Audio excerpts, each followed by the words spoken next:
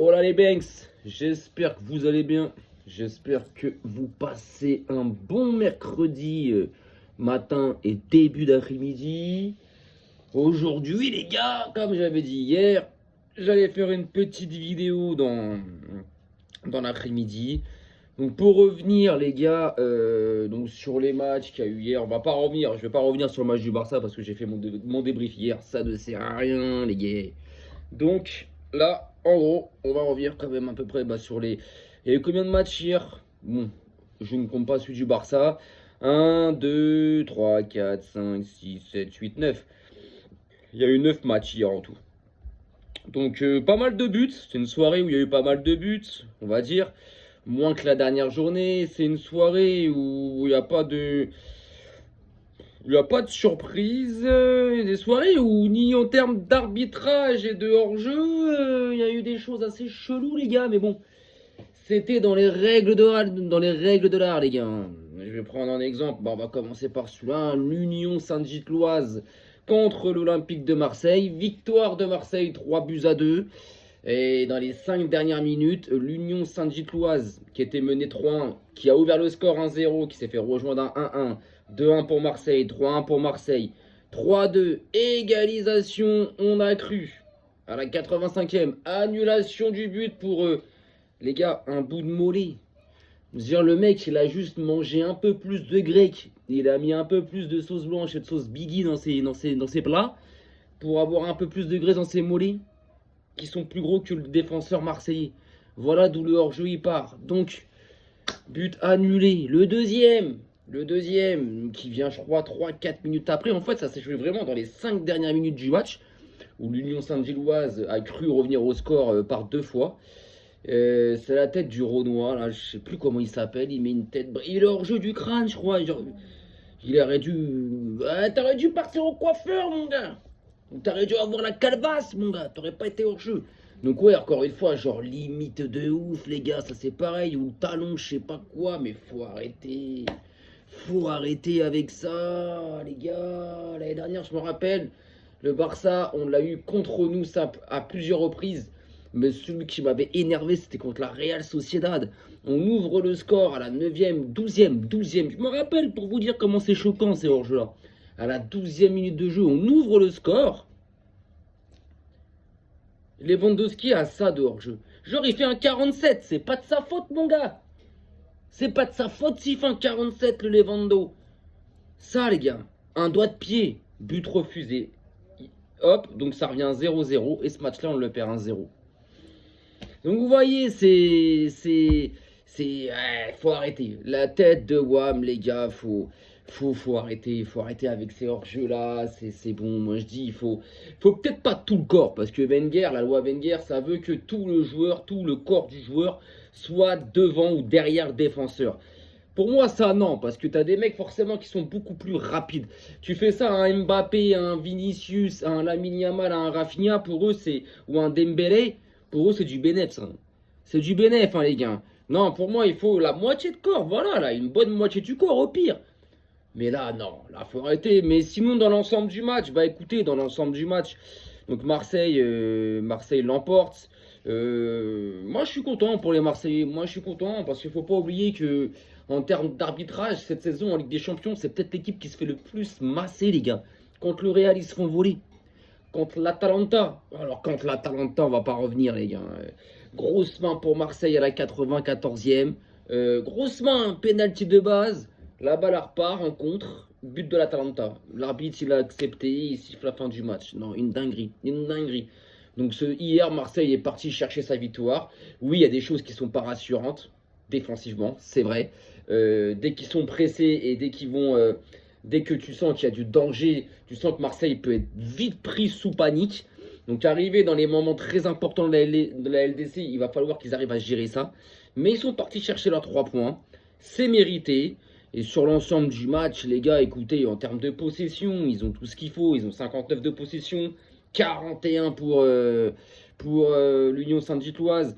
En termes de XG attendu, ça veut dire en termes d'occasion de but dans la surface adverse, concrètement 0,67 l'Union Saint-Gilloise, ce qui veut dire pas grand-chose. et Marseille 1,46. Donc Marseille aussi n'a pas fait un gros match, tu vois. Parce qu'en termes de tir, on est à 10 côté marseillais, 8 côté belge. Et en termes de tir cadré, 6 côté belge, 5 côté marseillais. Un peu plus d'efficacité en termes de ratio niveau côté belge. Mais en tout cas, victoire de Marseille. Je pense que ça peut leur faire du bien.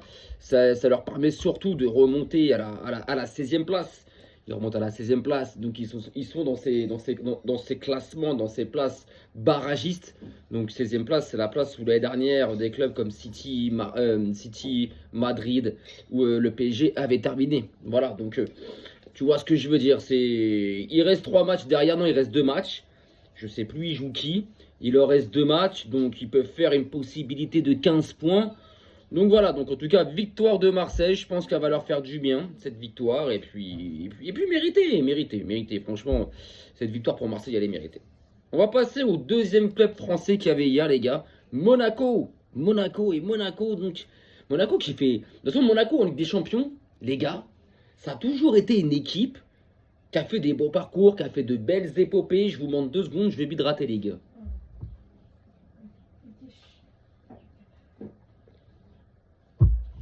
Comme je disais, Monaco, ça a toujours été une équipe qui a toujours réussi en Ligue des Champions, qui a toujours fait des beaux parcours, qui a toujours réussi à battre des grosses équipes. La preuve hier, l'homme du match, c'est le gardien de Galatasaray. Ça vous en dit beaucoup, à mon avis, sur la prestation de Monaco, les gars. Donc, victoire de Monaco. Concrètement, je pense que... Ouais, les gars, sur l'ensemble du match, c'est mérité. Franchement... Il y en a beaucoup qui... Il y a même un penalty de manqué de Monaco. Il y a un penalty manqué de Monaco à la 50e minute de jeu. Zakaria loupe ce péno. Bon, Balogun ouvre le score à la 68e. Donc il y a quand même... Voilà. Il y a quand même ce but qui vient faire du bien à Monaco. Et puis comme je vous ai dit, sur l'ensemble du match, les gars, Monaco maîtrise, domine. A plus... Alors, dans la possession, c'est Galatasaray qui avait plus le ballon. Monaco n'est pas une équipe qui aime avoir le ballon. Monaco, ça, ils aiment bien jouer en transition rapide, jouer en contre. Mais en termes de possession, c'est 58% pour Galatasaray, 42% pour Monaco. En termes de XG attendu, 3,68 pour Monaco, 1,29 pour Galatasaray. Donc autant dire que Monaco, offensivement, ils ont... À mon avis, il y avait pas mal, il y avait des vagues rouges et blanches incessantes sur le but de Galatasaray. En termes de tirs, c'est pareil. 19 tirs côté monégasque. 13 côté turc, 2 tirs cadrés côté turc, 5 tirs cadrés côté monégasque. Donc en termes de ratio, les deux équipes, elles sont, je trouve, assez faibles. Parce que 19 tirs pour Monaco, mais que 5 cadrés, 13 tirs pour Galatasaray, mais que 2 cadrés. Le ratio est pas fameux. Mais voilà, sinon Monaco mérite. Monaco a quand même dominé, la plupart du match. Il y a eu quand même des moments forts. Galatasaray, tu vois, mais les moments forts, les gars, c'est quoi? C'est entre la 60 et la 80e minute de jeu. Là, ils ont eu 20 minutes où Galatasaray a dominé. Mais sinon, ça a été par parcimonie, par petites parties. Sinon, quand je vois ça, concrètement, c'est Monaco. Tu vois le début de la seconde période jusqu'à la 60e. Donc, en gros, le premier quart d'heure ou les premières 20 minutes de la première période, c'est Monaco qui domine, tu vois. Donc, victoire méritée, victoire qui va faire du bien à l'ASM. L'ASM qui remonte aussi, qui revient à la 18e place du classement. Donc, qui recolle à Galatasaray pour le coup. Parce que Galatasaray, avant ce match-là, avait 9 points. Donc Monaco revient avec aussi 9 points à la 18e place. Donc il se place dans ses places, il se classe dans ses places de barragistes. Encore une fois, derrière, il reste 2 matchs. Quand je regarde, je pense que ça va l'embarrage parce que je regardais pour se faire éliminer. Le 25e, donc le 25e, donc la première place où ça y est, c'est fini, t'es même pas barragiste. Donc c'est l'Union Sainte-Gilloise, ils ont 6 points. Sinon après, c'est Bruges 4 points. Après voilà, ce soir il y a encore des matchs les mecs. Il y a Bilbao là qui a 4 points mais qui joue ce soir. Vous voyez ce que je veux dire? Donc mais bon, je pense que Monaco ça va être barragiste les mecs. Ça va être barragiste. Et Galatasaray, 17e. Bon. Cette défaite, elle leur fait Elle leur fait mal, certes, parce qu'ils auraient pu, en tant que victoire, ils auraient pu avoir 12 points. Ils auraient pu remonter à une 4e place, revenir à hauteur du PSG, tu vois, ou du Real. Mais ouais, Galatasaray, ça peut être une défaite amère, mais bon, elle est méritée, les gars. Parce que concrètement, Monaco va chercher sa victoire, Monaco la mérite. Mais on va dire cette défaite, elle n'est pas genre dangereuse pour les deux équipes. Voilà, elle n'est pas éliminatoire. Derrière, il reste 2 matchs. Donc, je pense que ça devrait le faire, les gars. Après, Almaty Olympiakos. Bon, je ne vais pas revenir en détail sur ce match-là, les gars. Je vous le dis clairement. Victoire de l'Olympiakos, les gars. Voilà. Le match, je ne l'ai pas regardé, je ne l'ai pas vu. Donc, victoire de l'Olympiakos 1-0. Bayern Munich Sporting, les gars. Il y a eu 3 buts à 1 pour le Bayern. Il y a eu 3 buts à 1 pour le Bayern. Le Bayern qui était mené au score, les gars. Le Bayern qui était mené au score, les gars. Oui, bon. Après, les gars, on va pas se cacher. Le Bayern domine amplement ce match, les gars. Mais carrément, en fait, le Sporting, ils ont marqué dans leur temps fort. Tu vois ce que je veux dire? Même pas. C'est le Sporting, là, quand je vois je sais pas comment ils appellent ça. Moi, ils appellent ça le monodrame, gramme, ou je sais pas quoi, là. Vous savez, l'espèce de truc où t'as les bandes bleues, là. Vous direz des battements de cœur, là. Genre ça, là. Genre ça, les mecs, là. Voilà, là. Genre ça, les mecs. Ça, tu vois ce que je veux dire. Et là, tu vois concrètement que le Bayern... le Bayern, ça domine de ouf, les gars. Ça domine de ouf. Moi, après, moi, ce match-là, j'avais mis la chaîne. Quand j'ai mis la chaîne, il y avait 1-0 pour le Sporting. On devait être à la 58e, 59e minute de jeu. Je savais que le Bayern, ça allait gagner. Les 6 minutes après, je vois un partout. Après, je vois 2-1. Après, je vois 3-1. Non, victoire méritée. Quand tu vois, victoire méritée. On va aller voir dans les stats, les gars. Mais possession, Bayern 62-38 pour le Sporting. XG attendu 2-10 pour le Bayern. 0,28 pour le Sporting. Tir, 23 pour le Bayern. 4 du côté du Sporting. Tu sens en fait la chose. Tir cadré, 0 du côté du Sporting. Et ils ont réussi à marquer, je comprends pas trop là. Bref, normalement si t'as mis un but, c'est que le tir il est cadré. Bref. Et 9 cadrés du côté du Bayern. Donc non, le Bayern a largement, les gars, dominé, a largement surclassé cette équipe du Sporting. Mais tu sens que le Sporting, en fait, en gros, le Sporting, dans les peu de temps forts qu'ils vont avoir contre les gros, ou dans leur match, tu sens que c'est une équipe dans les peu de temps forts qu'ils vont avoir, ou dans les peu d'occasions qu'ils vont avoir, qui sont efficaces, qui les mettent au fond. Un peu comme Francfort hier, enfin bref. Mais tu le sens. Donc attention, parce que c'est un futur adversaire du PSG, le Sporting. En plus là-bas au Portugal, donc attention. Et ils avaient aussi battu Marseille là-bas au Portugal 1-0, les gars. Donc attention. Donc le Bayern, du coup, garde sa deuxième place. Garde sa deuxième place. Deuxième avec 15 points. Ils reviennent à hauteur d'Arsenal, mais avec un match en moins. Bon, ça à mon avis, ça va finir dans le top 8. À part si vraiment sur les 2 derniers matchs, le Bayern fait vraiment n'importe quoi et se fait rejoindre derrière. Mais concrètement, je pense pas. Et le Sporting, c'est 13e. 13e, 10 points. Donc, bon, après, attention quand même, parce que derrière, oui. Derrière, 6 points pas fausses. Le dernier qualifié pour les barragistes, 24e place. 6 points. Ouais, après, il y a encore des clubs qui jouent aussi ce soir, tu vois. Donc, le Sporting, s'ils font pas les cons, les gars, ils seront dans les places de barragistes. Faut dire ce qu'il y est. Ils seront entre la 9e et 24e place. C'est-à-dire, tu as ton barrage et après, tu es en 8e. Donc, le Sporting, je pense. Donc, le Bayern, ça sera dans le top 8. Maintenant, vous dire, ouais, top 4, top 3, ça, il reste encore 2 matchs. Et quand tu vois le classement et les points, tout est possible. Hein. Tout est possible, les gars. Après, il y avait donc Atalanta-Chelsea. Bah alors les Blues, il se passe quoi les Blues? Il se passe quoi les Blues? Eux, depuis qu'ils ont battu le Barça, que Nini. Depuis qu'ils ont battu le Barça, depuis que Araujo a donné une carrière à cette équipe-là, ça y est, ils nous ont mis 3-0. Ils ont dominé, ils méritaient de victoire, mais vu qu'on prend ce rouge, on était déjà mené 1-0, on prend ce rouge à la 39e. Comme j'ai toujours dit, pour moi, si on rentre à la mi-temps à 1-0, mais à 11 contre 11, la deuxième mi-temps aurait été toute différente. Mais enfin bref, Chelsea, ça fait un petit bout de temps que ça va pas, les gars, là. Ça fait un petit bout de temps que ça va pas. Et concrètement, je suis désolé, mais l'Atalanta mérite sa victoire. L'Atalanta, les mecs, méritent sa victoire. Le match était assez équilibré, mais dans les temps forts, l'Atalanta a beaucoup plus poussé. L'Atalanta a beaucoup plus eu faim. Ils ont eu faim, ils ont montré beaucoup plus d'envie, les gars. Parce que quand tu regardes la possession, 49-51, 49 Atalanta, 51 Chelsea. En termes de XG, 1,72 pour l'Atalanta, 1,37 pour Chelsea. Donc, bon, voilà, comme je dis, tu es sur un match quand même assez équilibré, tu vois. C'est pas un match, il n'y a pas une équipe qui te dominait plus que l'autre, tu vois. En termes de tir, on est à 14 côté Atalanta et 10 côté Chelsea. Donc voilà, côté Atalanta, en fait, il y avait plus d'envie. Je pense qu'il y avait plus d'envie, plus de motivation. Tir cadré, 4 côté Atalanta, 5 côté de Chelsea. Donc ouais, non, concrètement, l'Atalanta mérite sa victoire. Et en plus, l'Atalanta, les gars, ils se replacent à la 3e place.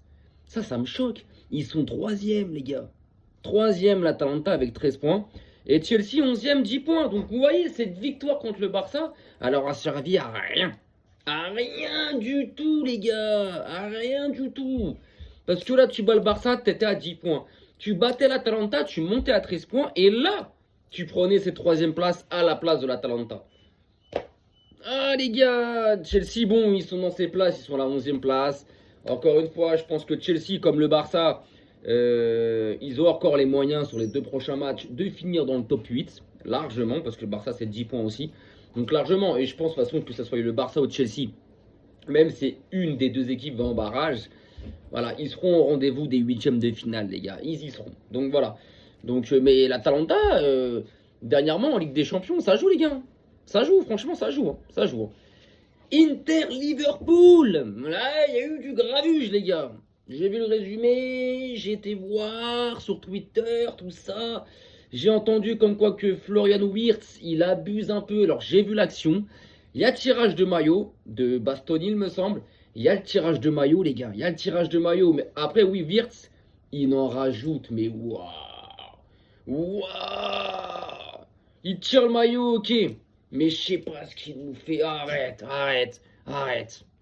Et je sais même pas si sans faire, après sans faire cette cascade, est-ce que l'arbitre siffle vraiment penalty? Je suis même pas sûr. Mais Marcus Thuram, à un moment donné, il frappe au ballon, les gars. Il frappe au but. Il y a Van Dijk carrément qui touche le ballon de la main, les gars. Et les gars, faut dire ce qui est. Ça change concrètement la trajectoire du ballon, les gars. Faut dire ce qui est. Ça change concrètement la trajectoire du ballon parce que quand Marcus Thuram y frappe, la balle part vers le but. Le fait que Van Dijk il la touche de la main, ça l'envoie au corner, les gars. Ça l'envoie au corner, les gars. Et l'arbitre n'est pas revenu sur ça. Même pas de VAR, rien. Pour moi, il y a penalty. Pour moi, il y a penalty. Je suis désolé, pour moi, il y a penalty. Pour moi, il y a penalty. Maintenant, dans l'ensemble du match, on va dire que le dernier quart d'heure de la première mi-temps est concrètement pour l'Inter de Milan. Avant ça, c'était équilibré. Début de match plus pour Liverpool. À partir de la 15e, c'est l'Inter qui a un peu plus dominé jusqu'à la 25e. Après, ça s'est un peu équilibré à la tienne, à la mienne. Mais le dernier quart d'heure est concrètement pour l'Inter. La deuxième mi-temps, elle est un peu plus pour Liverpool. Elle est un peu plus pour Liverpool, cette deuxième mi-temps, les gars, faut dire ce qui est. Maintenant, en termes de stats, voilà, en termes de possession, 50-50. Aucune équipe n'a plus eu le ballon que l'autre. En termes de XG, les gars, 1,42 pour Liverpool, 0,43 pour l'Inter. Donc, soit Liverpool ou l'Inter, ça s'est pas énormément plus présenté que ça dans la surface. En termes de tir, 12 pour Liverpool, 9 pour l'Inter. Encore une fois, il n'y a pas un écart de malade. Tir cadré, 2 pour l'Inter, 5 pour Liverpool. Donc je pense que ouais, Liverpool s'en sort bien grâce à ce penalty. Parce que sans ce péno, bah, je pense que ce match-là, concrètement, il finissait sur un match nul 0-0, les gars. En tout cas, il en prenait le chemin. Concrètement, il en prenait le chemin. Et là, Liverpool peut remercier l'arbitre. Parce que cette victoire leur permet de revenir à la 8e place. Donc dernière place qualificative directement pour les 8e. Avec 12 points, les gars. Donc de revenir à hauteur de son adversaire du soir, l'Inter, parce que l'Inter est 5e avec 12 points. Donc maintenant, bon, ce soir, il y a le Real qui a 12 points, mais qui joue ce soir. Il y a le PSG qui a 12 points, mais qui joue ce soir. Il y a City qui a 10 points, qui en cas de victoire sur le Real, là est à 10 points, peut avoir 13 points, donc passer devant ces équipes-là. Mais bon, Liverpool, ouais, Liverpool à voir, ou l'Inter, ouais, le top 8 n'est pas encore fini. Je vous ai dit, Chelsea et le Barça, ils peuvent largement encore finir dans le top 8. Mais Liverpool peut remercier l'arbitre. Parce que concrètement, là, on filait vers un match nul. Bon, un match nul, ça les aurait mis à 11 points. Ouais, ça les aurait mis en fait à la 9e place. Et ça serait Tottenham qui serait 8e en fait. Parce qu'en termes de différence de buts, bah, il y a une +3 pour Liverpool, +6 pour Tottenham. Liverpool, là, est juste 8e parce qu'ils ont un point de plus. Basta. Sans ça, à 11 points chacun, bah, le goal average est pour Tottenham. C'est Tottenham qui aurait été 8e et Liverpool 9e. Donc voilà, l'Inter reste 5e en attendant les matchs de soir. Mais bon, c'est des équipes, je pense, qu'à part, faut voir les 2 derniers matchs qui leur restent. Je sais pas encore c'est qui leurs 2 derniers matchs qui leur restent. Mais je pense que ça finira, voilà, top 8 ou minimum barragiste. Donc ce sera pas éliminé et tout. Mais Liverpool, bah, les 2 équipes, de toute façon, elles vont pas bien. Moi, je trouve que l'Inter, je vous demande 2 petites secondes, les gars. Moi, je trouve que l'Inter, cette année, c'est moins bon. Oui, ils sont encore classés en LDC, ils sont 5e, etc., etc. Liverpool, pareil et tout, mais je trouve que c'est moins bon l'Inter cette année, c'est moins rassurant. Même en championnat, Liverpool, bon, je pense qu'on est tous au courant de leur crise qui traverse. Ouais, Liverpool, c'est une dinguerie. Donc, pour moi, ces 2 équipes, il faudra voir lors de la 2e partie de saison. Comme je vous ai dit, il y a beaucoup d'équipes lors de la 2e partie de saison qui seront meilleures que la première qu'ils auront faite. On va passer à Eindhoven, Atlético de Madrid, les gars. Eindhoven, c'est pas un adversaire facile, les gars. Concrètement, il restait sur 5 matchs d'affilée en gagnant. L'Atlético, ça fait 2 matchs de suite en Liga qui perdaient. Il restait sur 7 victoires consécutives avant de jouer contre le Barça.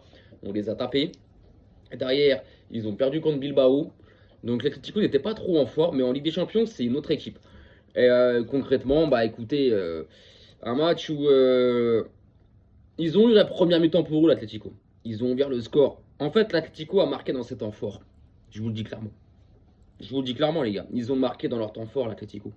Parce que tu prends la première mi-temps, les 15-20 premières minutes, elles sont concrètement en faveur des Hollandais. Concrètement en faveur du PSV. Ils dominent, ils ont la balle, ils ont les occasions. Et ils ouvrent le score à la 10e minute de jeu. Mérité. À partir de là, l'Atlético a commencé à revenir. Ils ont eu une petite période de 5-10 minutes où ils ont dominé. Et après, par contre, ouais, à partir de la 23-25e minute de jeu jusqu'à la mi-temps, le PSV, on les a plus vus du tout. On a juste vu l'Atlético. Et à ce moment-là, ils égalisent à la 37e. Moment fort. Et la fin de première mi-temps, de toute façon, elle est pour eux. Et pareil en deuxième. Hein.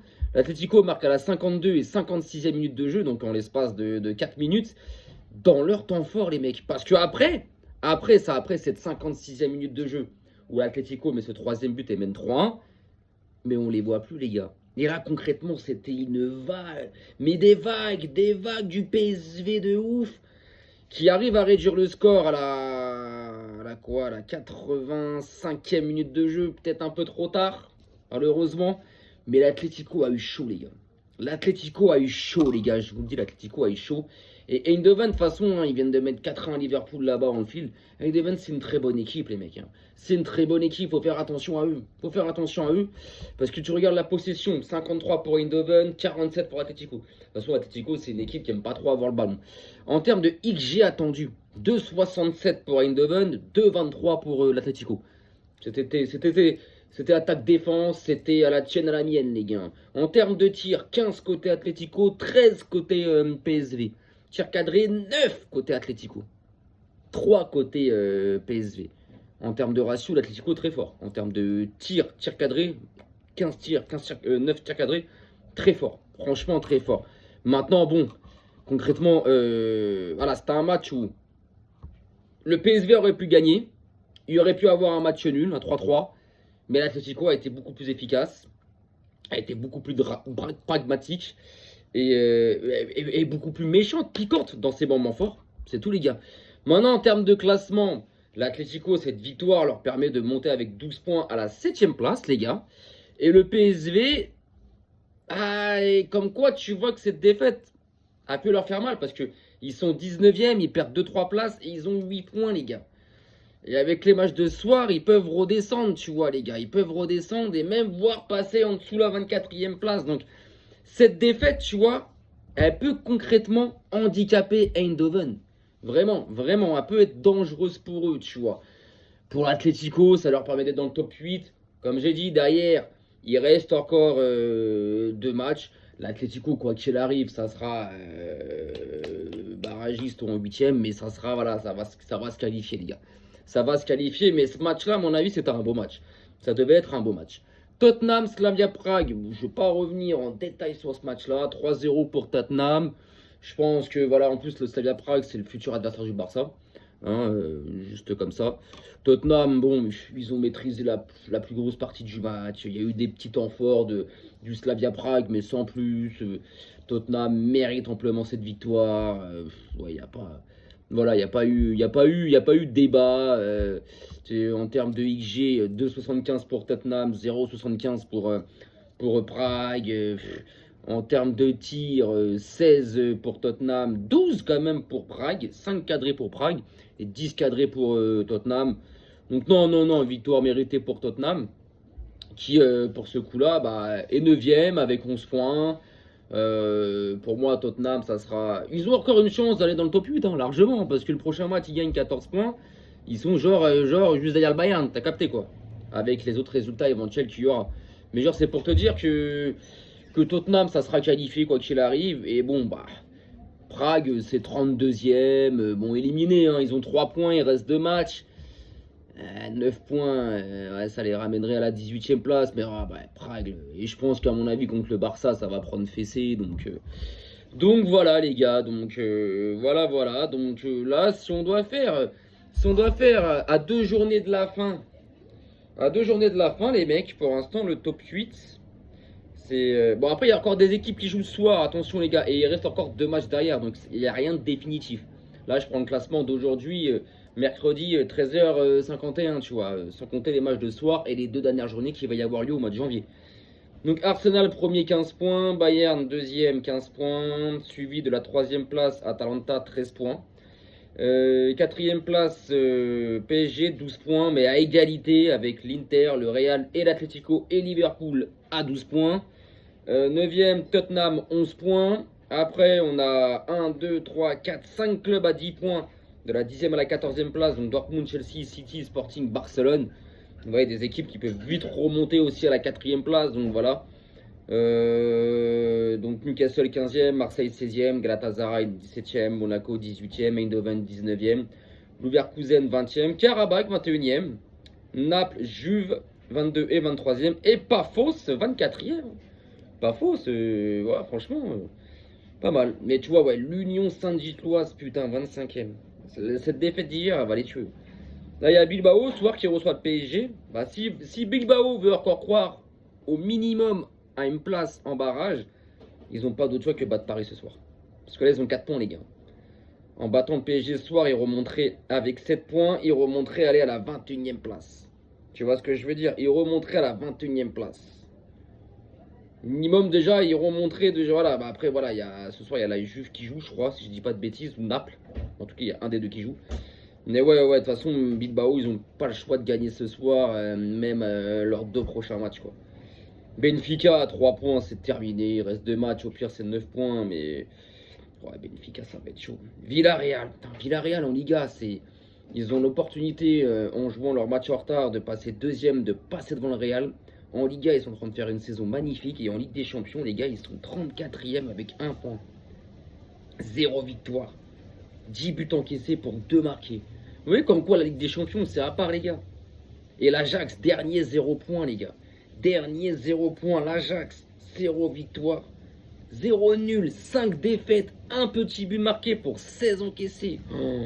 Ouais, c'est chaud les gars l'Ajax, hein. C'est chaud les gars l'Ajax, c'est chaud. Bah voilà les gars, écoutez, hein, on a fait un bon petit débrief sur la journée d'hier.